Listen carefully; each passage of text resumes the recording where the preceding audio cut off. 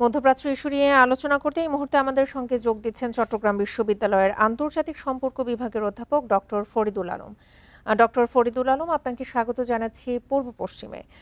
শুরুতেই যে বিষয়টি জানতে চাই যে যুক্তরাষ্ট্রের সঙ্গে শান্তি আলোচনা স্থগিত করেছে ইরান।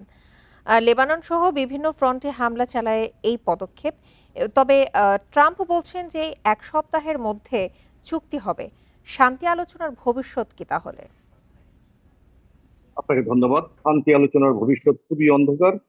আহ, ইরান তো আজকে শুধু না, ইরান বরাবরই যে কথাটি বলে আসছিল সেই কথাটি নতুন করে তারা বলছে যে এই যুদ্ধ বিরতি যেটি চলছে, যেটি নিয়ে আলোচনা হচ্ছে মার্কিন যুক্তরাষ্ট্রের সাথে ইরানের, এটি তখনই পূর্ণাঙ্গ হবে যখন ইরানের অন্যান্য অনেক কিছু দাবির মধ্যে লেবানন, গাজা সহ যে বিষয়গুলো রয়েছে সেগুলো কিন্তু ইনক্লুড থাকতে হবে।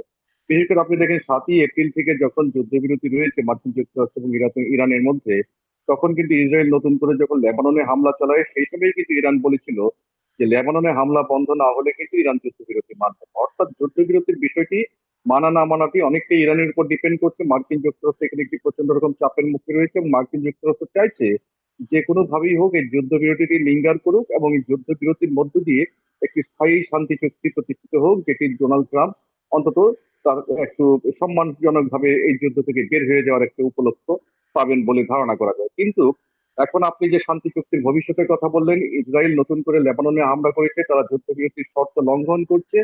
গাজা নিয়েও যুদ্ধ বন্ধের যে ব্যাপারে শান্তি চুক্তি হয়েছিল সেখানেও তারা নতুন করে গাজায় একবার যে অবশিষ্ট জায়গাগুলো রয়েছে সেখানে আবার নতুন করে তারা হামলা করছে। অর্থাৎ যার মধ্য দিয়ে ইসরায়েলের প্রধানমন্ত্রী বেঞ্জামিন নেতানিয়াহু এখন সমস্ত মনোযোগ এখন এই দিক থেকে সরিয়ে দিতে চাচ্ছেন এবং তিনি আসলে ইরানের সাথে যদি মার্কিন যুক্তরাষ্ট্র কোনো চুক্তিতেও উপনীত হয় এবং এর মধ্য দিয়ে যদি যুদ্ধটিও শেষ হয়, যেটি নিশ্চিত হতে চাচ্ছেন যে ইরানের প্রক্সি যারা রয়েছে হামাস, হুতি, হিজবুল্লাহ, এদের মতো কোনো সংগঠন থাকবে না, তাদেরকে পুরোপুরিভাবে ডিসমেন্টাল করে দেওয়া হবে এবং ভবিষ্যতে মার্কিন যুক্তরাষ্ট্র এবং ইসরায়েলের যে নিরাপত্তার বিষয়টি আছে ইরান এবং তার প্রকৃতির মধ্যে থেকে বিষয়ে, সেই বিষয়গুলো থেকে তিনি নিশ্চিত হতে চাইছেন।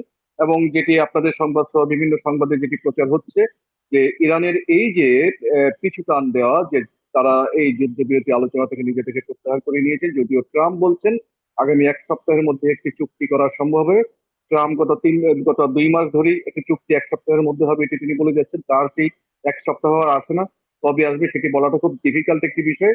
এবং এখন নতুন করে ট্রাম্প নেতানিয়াহুকে টেলিফোন করে উন্মাদ বলে আখ্যা দিয়েছেন। তিনি খুব উত্তপ্ত বাক্য বিনিময় হয়েছে দুই নেতার মধ্যে এবং নেতানিয়াহুকে এক পর্যায়ে অকৃতজ্ঞ বলে তিনি উল্লেখ করেছেন। কিন্তু বাস্তবে যেটি দেখা যাচ্ছে, নেতানিয়াহু তার আচরণ দিয়ে ট্রাম্পকেই পাল্টা একটি উন্মাদে পরিণত করছেন। কারণ যেটি নেতানিয়াহু করছেন সেটির কিন্তু একটা পর্যায়ে দায় কিন্তু মার্কিন যুক্তরাষ্ট্রের উপরে গিয়েই পড়ে।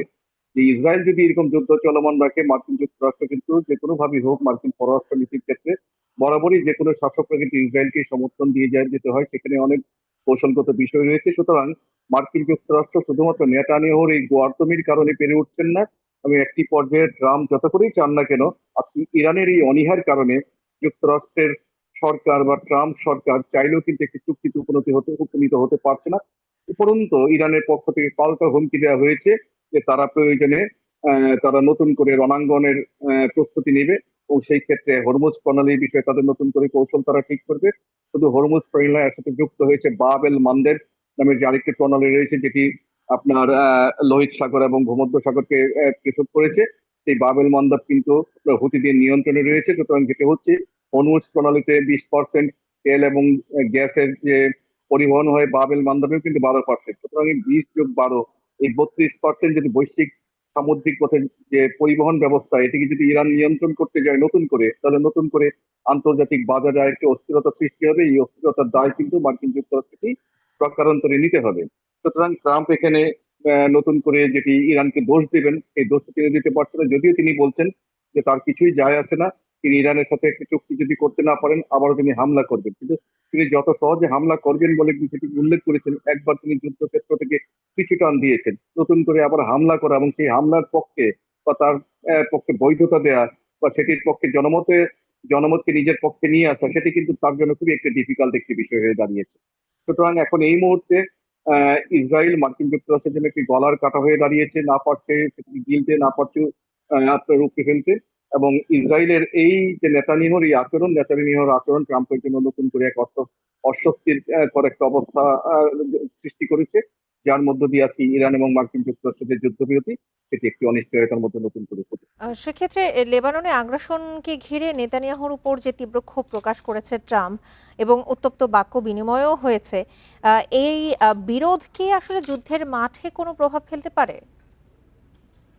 যুদ্ধের মাঠে প্রভাব ফেলতে পারে, কেননা যে বিষয়টি হচ্ছে শুধু কিন্তু গতকালকের কথা বলা হচ্ছে যে ট্রাম্প এবং নেতানিয়াহুর মধ্যে উত্তপ্ত বাক্য বিনিময় হয়েছে।